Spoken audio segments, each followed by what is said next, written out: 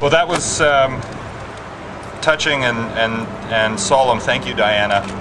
I'm going to try to inject a little bit of joy into the proceedings at this point, because I think joy goes hand in hand with peace. I was reflecting on this a little bit this morning, because in municipal politics there isn't much war and there isn't much hate. There's an awful lot of love and there's a lot of cooperation. But occasionally in municipal politics, even we have wars. You hear about the war against the car, which I think is about as silly as the war on cyclists. I think the two need to find peace together. You hear about the war on the suburbs, which I don't think makes very much sense either, because those are people who live in our city and deserve access to services.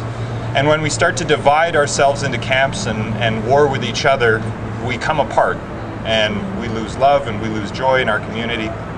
And I think city government is at its best when it promotes the maximum joy for all of the people in the community. So in the spirit of that, I'm very pleased to be here today on behalf of Mayor Mandel and my council colleagues to issue the proclamation, which I'm going to do in town crier style because it's more fun that way.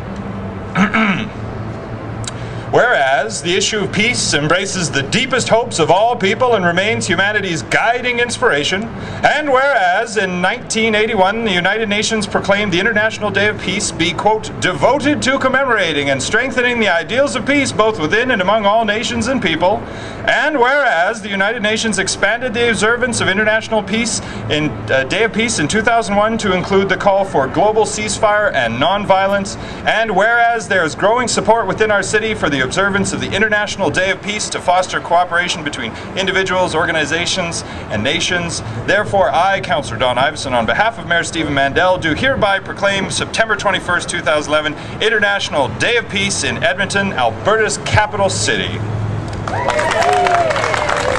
And now we're going to raise the flag.